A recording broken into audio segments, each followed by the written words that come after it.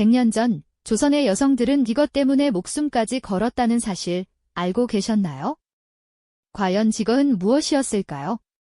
단순히 짧게 자른 머리 모양이나 서양식 옷차림 때문에 그토록 격렬한 반대에 부딪혔을까요? 아닙니다. 우리가 오늘날 너무나도 당연하게 누리고 있는 성적 주체성이라는 것은 실은 누군가의 피땀 어린 투쟁과 용기 있는 저항 끝에 비로소 얻어진 소중한 가치였을 겁니다. 지금 우리 사회를 가득 채우고 있는 다양한 성담론과 개인의 자유가 어떻게 뿌리내리고 발전해왔는지 궁금하지 않으신가요? 그 변화의 가장 치열한 최전선에 서서 시대를 앞서갔던 용감한 여성들의 이야기를 통해 우리는 현재를 더욱 깊이 이해하고 미래를 통찰할 수 있는 새로운 시각을 얻게 될 것입니다. 그들의 발자취를 따라가다 보면 우리의 오늘이 결코 우연히 주어진 것이 아님을 깨닫게 되실 겁니다. 시간을 거슬러 올라가 조선시대를 한번 그려볼까요? 당시 여성의 삶은 마치 견고한 담장으로 둘러싸인 작은 규방 안에 갇혀있는 듯 답답했을 겁니다. 유교의 가르침은 사회의 근간을 이루었고 특히 남성과 여성에게는 엄격하게 구분된 역할과 관념이 부여되었죠. 여성은 현모양처라는 이상적인 틀에 갇혀 오로지 집안을 돌보고 자녀를 양육하는 역할에만 충실해야 했습니다.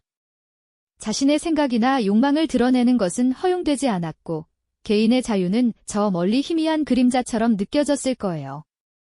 그 시절 여성에게 성은 개인적인 욕망이나 즐거움의 대상이 아니었습니다.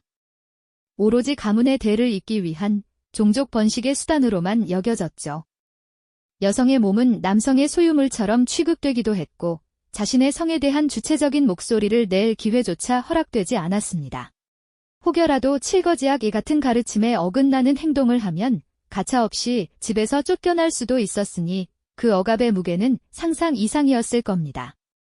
규방에 앉아 하루 종일 바느질을 하거나 집안일을 하는 것이 여성의 유일한 일상이었고 남성들이 모여 식사를 하는 상 뒤편에서 조용히 때를 기다려야 했던 모습은 당시 남존여비 사상의 단면을 여실히 보여줍니다.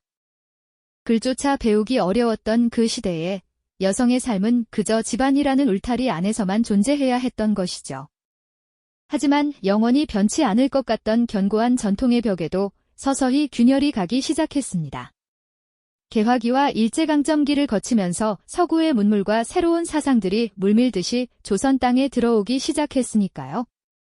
근대적인 교육을 받을 기회가 주어지면서 일부 용기 있는 여성들은 새로운 지식과 세계관에 눈을 뜨게 됩니다.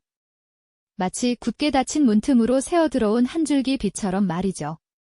이들은 전통적인 여성상과는 전혀 다른 새로운 시대의 아이콘인 신여성으로 당당하게 모습을 드러냅니다. 경성거리에 짧은 단발머리를 하고 서양식 양장을 차려입은 여성들이 거침없이 걷는 모습은 당시 전통 한복을 입은 사람들에게는 신선한 충격이자 동시에 경악의 대상이었을 겁니다. 이들은 단순히 겉모습만 바꾼 것이 아니었습니다. 여성계와 같은 잡지나 신문에 계몽적인 글을 쓰고 학교에서 남녀가 함께 서양식 교육을 받으며 심지어는 커피숍이나 다방에서 자유롭게 대화하고 토론하는 모습을 보여주었죠. 이들은 정해진 길을 거부하고 스스로의 삶을 개척하려는 강렬한 의지를 세상에 보여주었습니다. 전통적인 성관념과 여성의 역할에 정면으로 도전하기 시작한 것입니다. 새로운 시대의 꽃처럼 피어난 이들의 등장은 조선 사회의 거대한 변화의 물결을 예고하고 있었던 것이죠.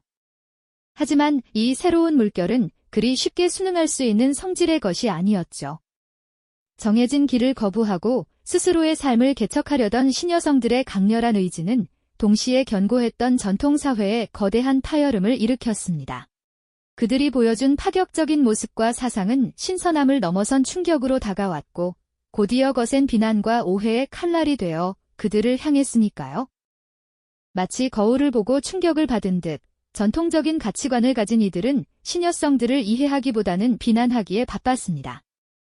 짧은 단발머리와 서양식 양복, 그리고 자유로운 연애관을 주장하는 신여성들의 등장은 당시 보수적인 사회에 엄청난 파장을 일으켰습니다. 사람들은 그들을 타락한 여성으로 낙인 찍기 시작했죠. 신문 사설이나 풍자화에서는 신여성들을 비판적이거나 심지어는 희화화된 모습으로 그려내며 조롱했습니다. 마치 새로운 문물을 받아들이는 것이 곧 모든 질서를 무너뜨리는 행위인 양, 그들의 용감한 시도는 사회적 편견의 벽에 부딪혀야만 했습니다. 단순히 겉모습만이 아니라 여성이 자신의 배우자를 스스로 선택하고 결혼 제도에 얽매이지 않으려 했던 자유연애 사상은 당시로서는 상상조차 할 수 없는 파격이었으니까요. 신여성들이 꿈꿨던 자유연애는 단순한 쾌락 추구가 아니었습니다. 그것은 여성도 남성과 동등하게 사랑을 선택할 권리가 있다는 인간으로서의 존엄을 되찾으려는 치열한 투쟁의 결과였죠. 하지만 사회는 그들의 진정한 의도보다는 겉으로 드러난 현상만을 보고 비난하기에 급급했습니다. 전통적 가치관에 젖어있던 대중들은 신여성들의 새로운 시도를 기득권에 대한 도전이자 기존 질서에 대한 위협으로 받아들였던 것입니다. 결국 많은 신여성들은 자유연애 이후 사회적 편견과 경제적 어려움 속에서 고독한 뒷모습을 보여야만 했습니다. 경제적 독립을 꿈꿨지만 녹록지 않은 현실에 좌절하고 개인의 자유와 사회적 책무 사이에서 번민하며 깊은 심리적 갈등을 겪기도 했죠. 이들의 삶은 마치 험난한 파도 속을 홀로 헤쳐나가는 작은 배와 같았습니다. 전통이라는 거대한 암초와 사회적 비난이라는 거친 풍랑 속에서 자신의 신념을 굽히지 않고 새로운 삶을 개척하려 했던 그들의 용기는 때로는 처절한 고뇌로 이어졌습니다. 한 신여성이 모든 사회적 편견에 맞서 자신의 주체적인 삶을 선택하는 상징적인 순간들은 당시 여성들이 얼마나 큰 용기를 내야 했는지 우리에게 생생하게 보여주는 듯합니다. 그들은 성생활의 자유나 개인의 주체성이 단순한 개인의 욕망 추구가 아니라 사회가 개인에게 부여하는 억압적인 역할에 맞서 인간으로서의 존엄을 되찾으려는 치열한 투쟁이 결과물이었음을 온몸으로 증명해 보였으니까요. 비록 신여성 운동이 당대의 완벽한 성공을 거두지는 못했습니다. 어쩌면 그들의 이상은 너무나도 시대를 앞서갔기에 현실의 벽에 부딪혀 좌절하는 순간도 많았을 겁니다.